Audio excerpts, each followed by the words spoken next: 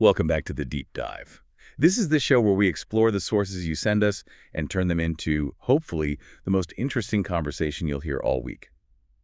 Today, we are going somewhere. Well, somewhere else entirely.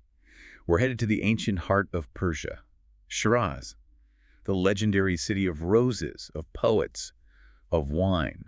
And our mission for this deep dive comes from a really mesmerizing piece of source material. It's the legend of the headless lover of Shiraz.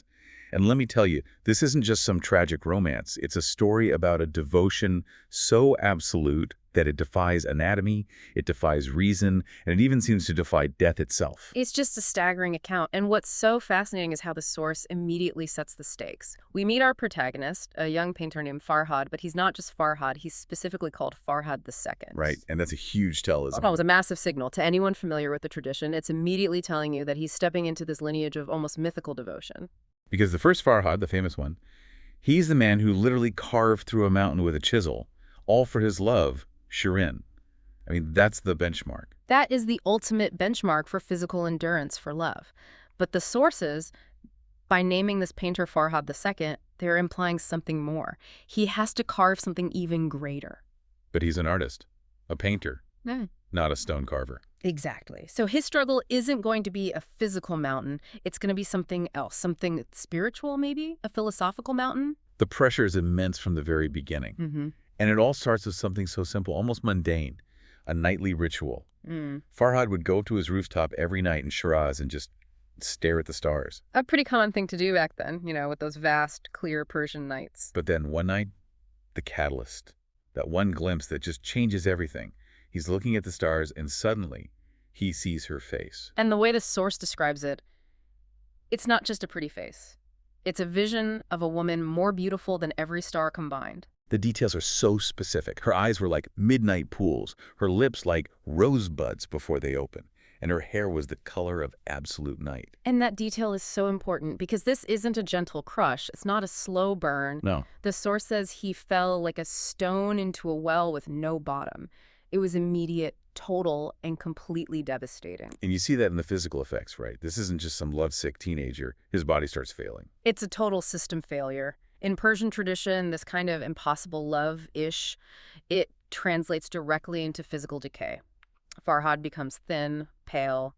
He can't sleep. His entire reality is just this one vision. Which leads to this moment of just utter desperation. He's on his rooftop on a moonless night, and he screams this ultimatum into the void, either take me to her or bring her to me. And the response is immediate and terrifying. The sky doesn't just open, the source says it tore open. Like reality itself was being ripped apart. That's a serious response. Oh, it signals that something from beyond the mortal world is answering the call. And out of that tear in the sky comes the messenger. A black div. And a div is what exactly? Like a demon. You could think of it that way. A massive, often malevolent entity. A real force of nature and dark fate. This one is described as having wings like torn sails and a voice like gravel and thunder. Just a terrifying image. It is. The div snatches Farhad, flies him to this dark mountain cavern, and there it finally names her, the object of his obsession. She's the daughter of the king of the Paris. So not just a princess, the Paris are what? Like fairies? Like the fairies or genies, yeah. Otherworldly, spiritual beings of immense beauty. So he's fallen for someone who is literally not of this world. Which explains why the price for her is so impossible. The div tells him he has to pass 7 trials of death to marry her. And the story builds all this tension toward that final 7th trial, because the terms are laid out with this chilling clarity. This is the core of it, right here. It is. The div says, I will cut off your head. After you are headless, you can still prove your love. She is yours. I mean, if we look at this historically, that's not just about death, is it? It's deeper. It's so much deeper. This is the whole philosophical battle of the story. In these traditions, especially with Sufi influence, the head is the seat of Aql. It's intellect, logic, reason. And the heart. The heart is the seat of Ish, pure, divine, irrational love. So this trial isn't just about surviving. It's asking for proof of a love that exists entirely outside of thought.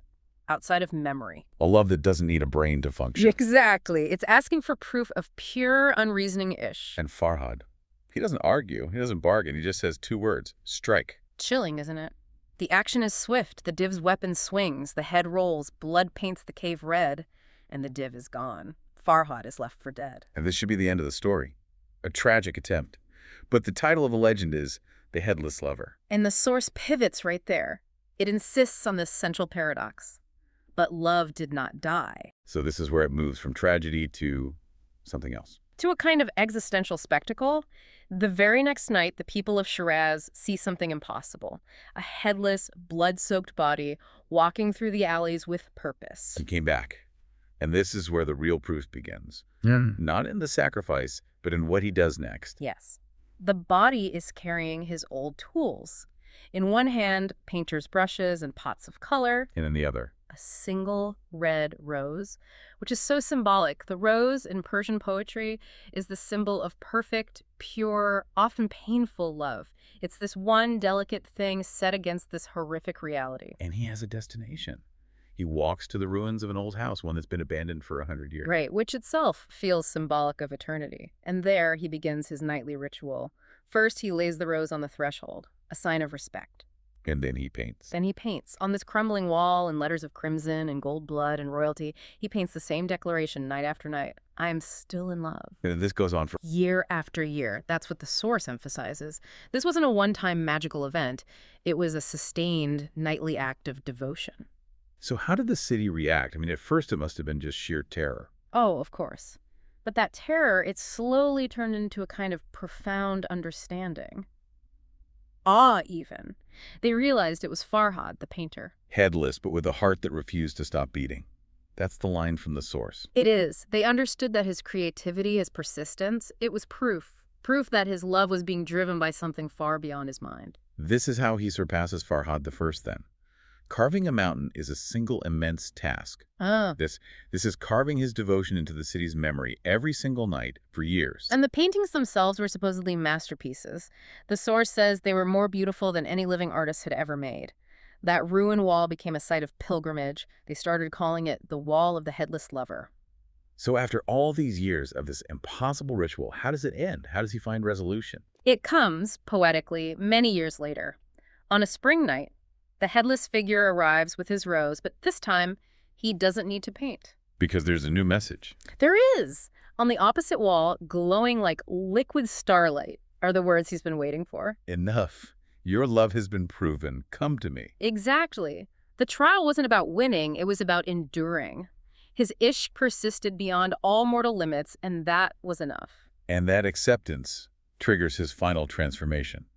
The source says his body trembles, the rose falls from his hand, his task is finally done. And then he just dissolves. He becomes a river of green light, green being the color of the eternal, the spiritual, in Persian art, and he flows right into that glowing wall. The reunion is complete. And there's a kind of celestial confirmation, isn't there? There is. That very night, 2 new stars appear in the sky over Shiraz, one slightly larger, one slightly smaller, always together and always burning brighter than the rest. A permanent testament. And this is what turns the legend into a living tradition. This is the part I find so beautiful. Yes, tell us about that, because it's still practiced today, right?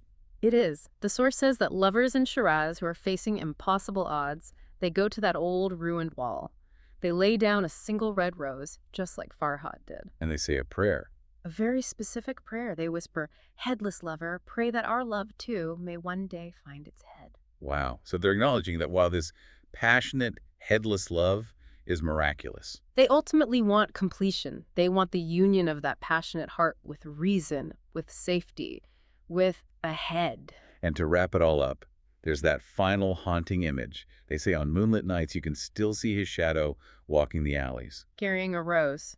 And somehow, defying all logic, smiling without a mouth. That's the perfect way to describe it. He gave up his head, the seat of his reason, but his love didn't just survive, it thrived. He became an even greater artist.